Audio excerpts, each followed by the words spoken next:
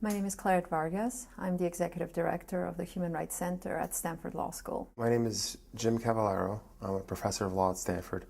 I also direct the Stanford Human Rights Center, and I direct the International Human Rights and Conflict Resolution Clinic.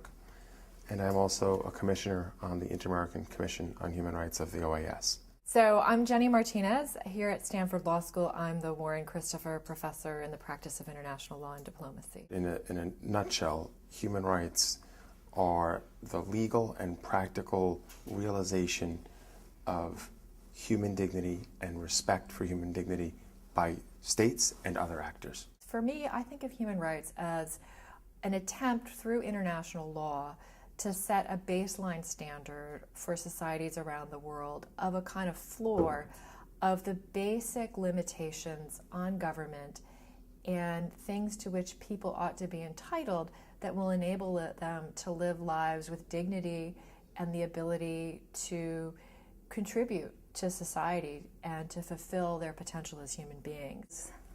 Human rights is a movement, and it's also a set of rights and a set of obligations on the part of states, including the obligation to protect individuals from human rights violations committed by non-state agents.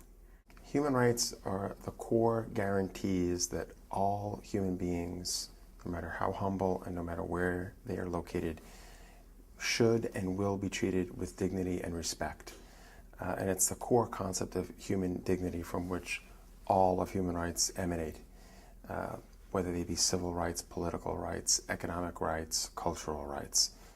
I see it as an extremely broad field and one that is thankfully continuing to grow from negative obligations on the part of the state, for example, the obligation not to kill somebody extrajudicially, to more affirmative obligations to create the conditions for a dignified life, including, for example, the right to housing.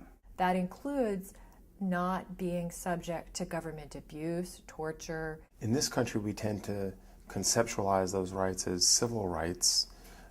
Maybe we'll think of them as rights or guarantees that we have based on local laws or the Constitution. But in effect, those rights and guarantees are also human rights. In other parts of the world, the idea of human rights are much closer to people.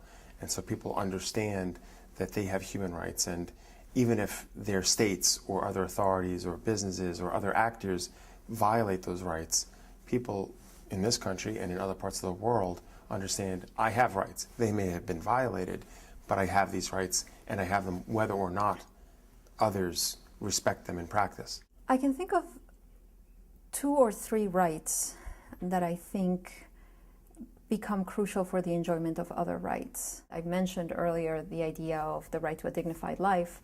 That flows from jurisprudence related to the right to life.